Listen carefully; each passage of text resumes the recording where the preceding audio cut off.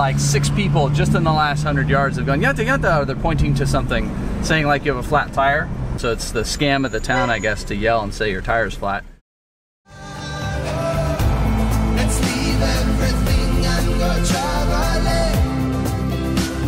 See what tomorrow brings. It's only a choice away. Let's back up and leave today. Let's see what tomorrow brings. Okay, so we made it all the way from Chilliwack, Canada, very late on the 4th of July. It was actually technically already the 5th of July. But after some sleep, we hit the ground running, doing maintenance on the 40 and the 911 before putting them back into storage. We did take a break when we had a little visitor. Bobcats are so cool.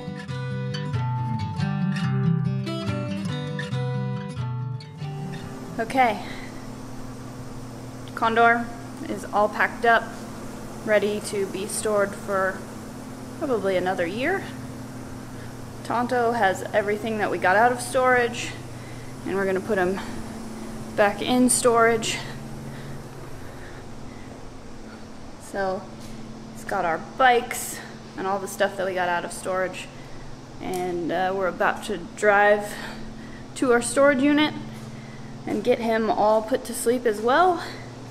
And then tomorrow we drive back to California, spend a little bit of time with family and friends, and then we fly back to Peru where Goose is waiting, and I'm anxious to see how he's done over the last 3 months. Hopefully everything is okay with him. And we're bringing some parts back, so we'll do some work on him. Sad to say goodbye to these guys, but super excited for getting back to the truck and back to the adventure. So that's my update for now.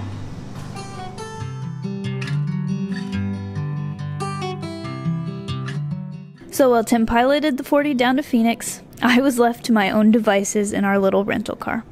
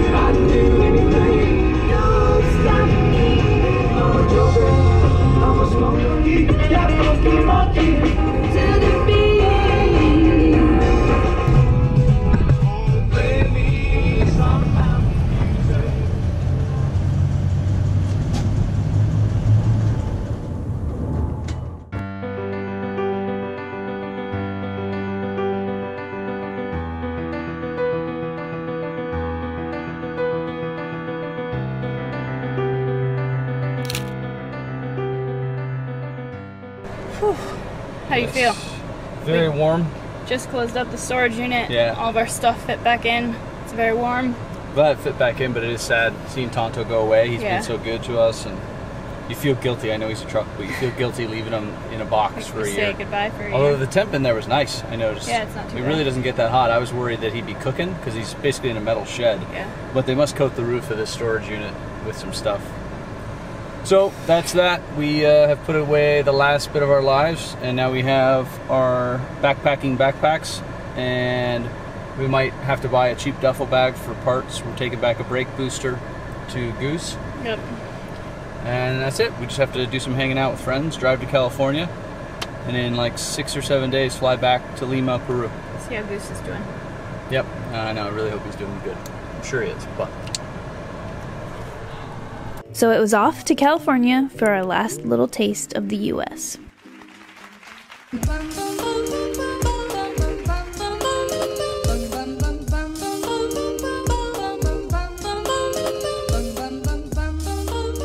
And before we knew it, we made it to the airport. We made it to the airport. We're at the Korean Airways Lounge. We are not flying Korean, but might as well enjoy a lounge when we can, right? Yeah. We're Got a red heading eye. back. Red eye, yeah, but it's actually nice. It's a good red eye. It's not get on the plane at midnight. It's get on the plane at 9:40. Get to Lima at 9 something in the morning. Yeah. 8 or 9. And so just try and sleep. Get up. Go visit Goose.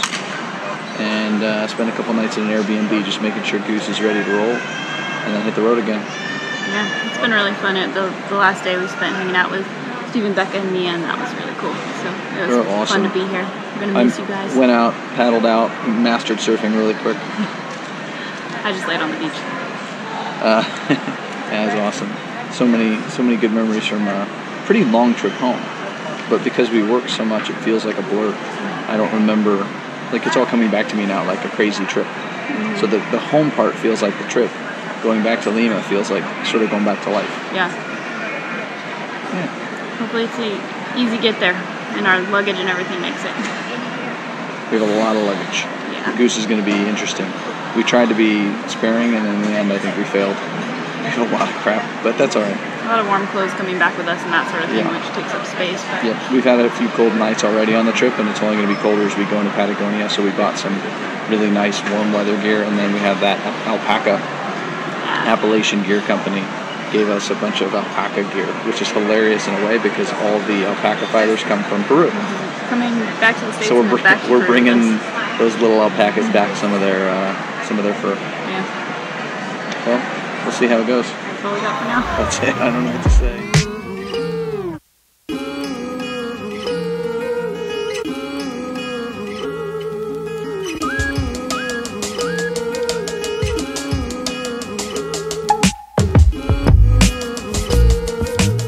When we landed in Lima, we were thrilled to find all of our luggage had made it, even the car parts.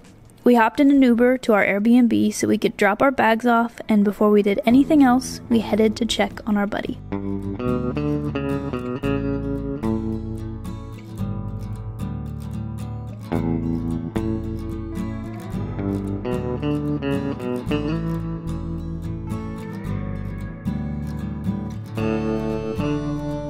There he was, right where we left him. It was so good to see Goose, to know he was okay. 3 months of worrying about him all put to rest. He was certainly a sight for sore eyes.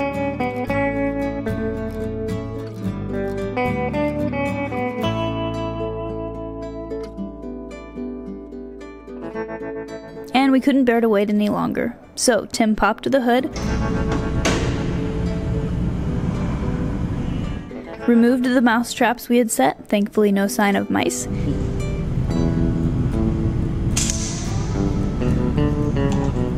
Then hooked up the batteries.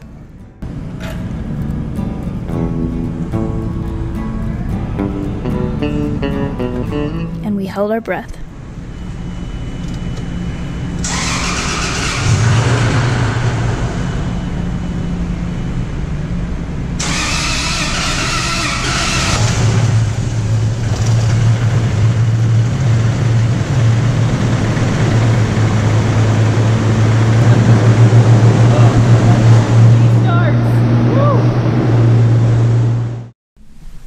Good morning, or good afternoon.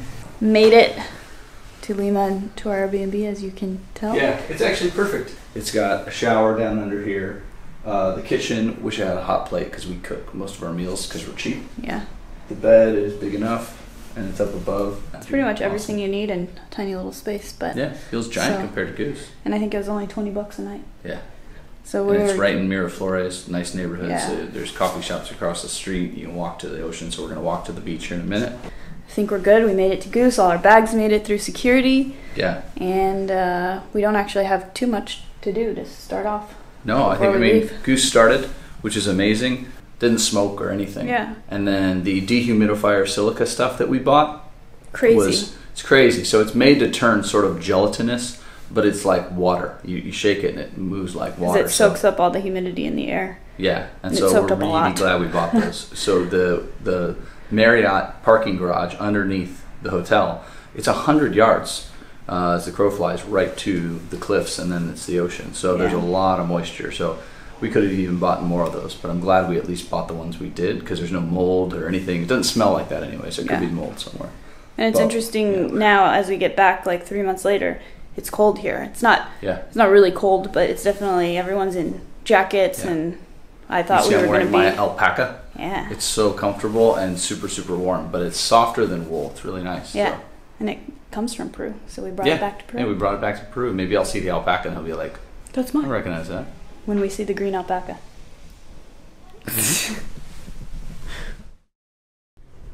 All right, this morning is the morning. It's the morning. We had our last shower. Now we're gonna walk to Goose, get him all ready to get out of the parking garage.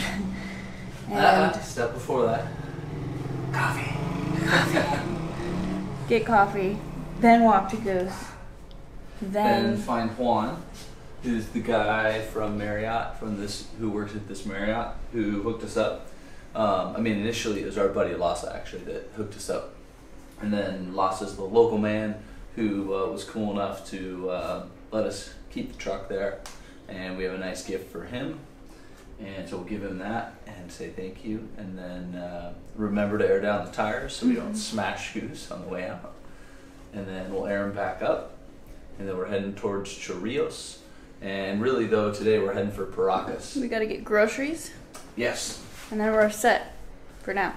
For we now. got a lot of organizing to do once we get back. Yeah, and we'll find out, is Paracas and all these sort of remote desert areas really remote, or is it like,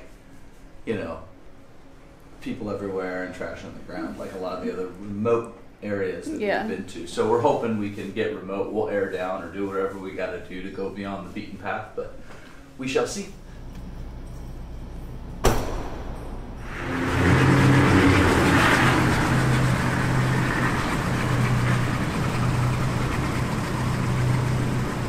Keep coming. Good.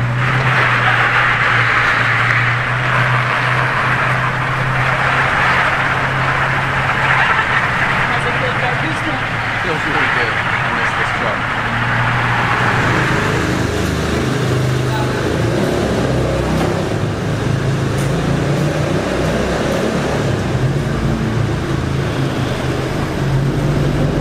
Sigh of relief, guys. We made it out of the parking garage. Goose fit out easily, actually. Yeah, I know. So on the way in, we were trying to get to a specific number, which is the number on the sign, but thankfully they had built-in safety factor. They lie to you.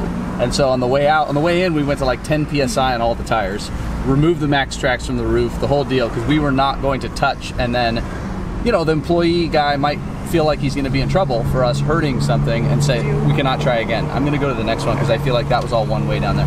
I know it should go straight through, but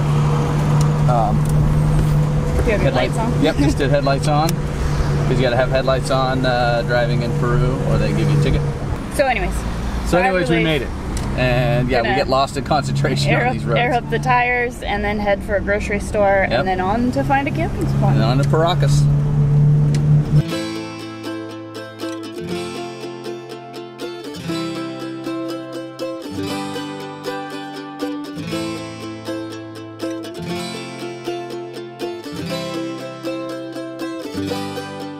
We are just south of Lima in Chorrillos.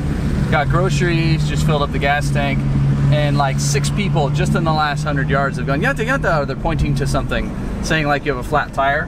When we got gas, I checked them all immensely, and they're all fine. And then as we're pulling out, what, 2 or 3 now have already said it again, just in another couple 100 yards. So it's the scam of the town, I guess, to yell and say your tire's flat to get you to stop. I don't know. I think it's to get you to stop, and then they'll work you into whatever the scam is going to be, or just rob you.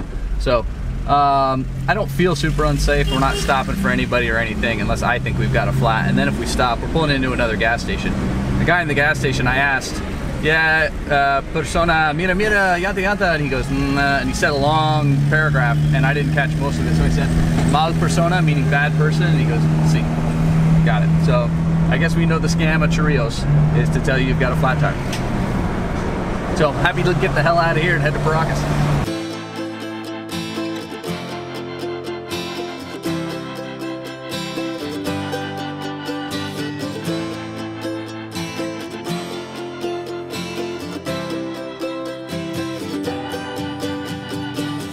We did it. We were back in Goose, back on the road, and back to life. It felt so good. Being back in the States seemed like being on hold, so hitting the road again felt like pressing play. We were both relieved to be out of the big city. Lima has its really nice parts as well as its really not so nice areas. But no matter where we were itching to get out of civilization for a while. We were headed for coastline and desert, two of my favorite landscapes.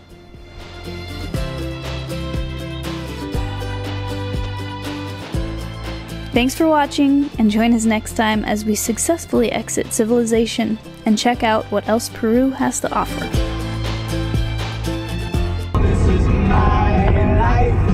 Will you take us around the back so I can see the mighty Goose? What are you running into things for? You were taking out. Oh, you had taken the helm and then just smashed us into things. We're probably taking on water. Do you have the bilge turned on? Honey, turn on the bilge. Turn on the bilge. Yeah, buddy? Huh?